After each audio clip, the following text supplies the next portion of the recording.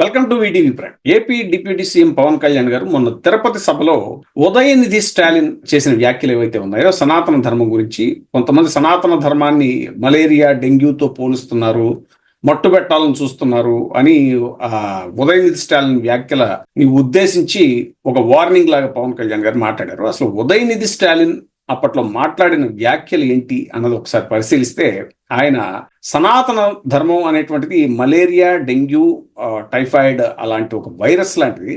దాని మీద మనం దాడి చేయడం కాదు, శాశ్వతంగా మట్టు పెట్టాలి అని దేన్ని ఉద్దేశించి అన్నారంటే, ఆయన సనాతన ధర్మం అని చెప్తున్నది కుల వివక్ష గురించి. సనాతన ధర్మంలో కుల వివక్ష ఉండేది, అంటరానితనం, అస్పృశ్యత ఇలాంటివి ఏవైతే ఉన్నాయో వాటి బారిన పడినటువంటి జాతిలో మన తమిళియన్లు కూడా అక్కడ ద్రవిడ జాతి అని అనుకుంటారు. అందువల్ల ఎక్కడి నుంచో వలస వచ్చిన ఆర్యులు ఈ సనాతన ధర్మం అనేటువంటి దాన్ని ప్రవేశపెట్టి ఆ సనాతన ధర్మంలో పెట్టిన సిద్ధాంతమే ఈ కుల వివక్ష అనేటువంటిది. సో దానికి గురైనటువంటి వారు కాబట్టి ఆ కుల వివక్ష సిద్ధాంతాన్ని రూపుమాపాలి అనేటువంటి సెన్స్ లో ఉదయనిధి స్టాలిన్ మాట్లాడారు. వాస్తవానికి అది ఒక కమ్యూనిస్టు భావజాలం నుంచి వచ్చిన నేపథ్యం ఉన్నటువంటి కుటుంబం కాబట్టి, పార్టీ కాబట్టి ఆయన అలా మాట్లాడారు. పవన్ కళ్యాణ్ గారు కూడా గతంలో ఆయన పవనిజం అనేది ఏదైతే అనేవారో ఆ పవనిజంలో కూడా కమ్యూనిజమే ప్రధాన సిద్ధాంతంగా ఉండేది. ఆయన కూడా చెగువేరాని, అలాగే బాబాసాహెబ్ అంబేద్కర్ గారిని మదర్ తెరీసా అనేవారు.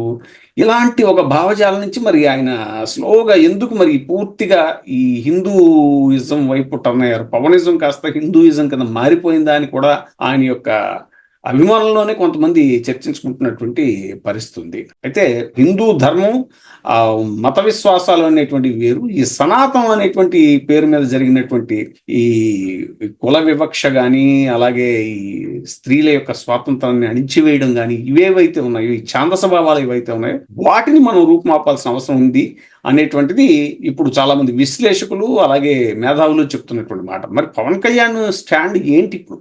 హిందూ ధర్మమా, సనాతన ధర్మమా? సనాతన ధర్మం అంటే మాత్రం ఇవన్నీ వస్తాయి. ఆయన వీటిని మరి సమర్థిస్తున్నారా? సనాతన ధర్మాన్ని పునరుద్ధరించాలి అంటే ఇప్పుడు ఇవేవైతే చెప్పుకున్నామో, ఈ సతీ సహగమనమనో లేకపోతే ఈ కుల వివక్షను, వీటన్నిటిని మళ్ళీ పునరుద్ధరించాలనుకుంటున్నారా ఏంటి? అది కాక హిందూ ధర్మం అనేటువంటిది అయితే మాత్రం దాంట్లో ఎవరికి అభ్యంతరాలు ఉండవలసిన అవసరం లేదని కూడా ఇప్పుడు చాలా మంది విశ్లేషకులు అభిప్రాయపడ్డారు. ఇప్పుడే సబ్స్క్రైబ్ చేయండి, లైక్ చేయండి, షేర్ చేయండి. వీటీవీ ప్రైమ్, నీ ఉత్తమాభిరుచుల సమ్మేళనం.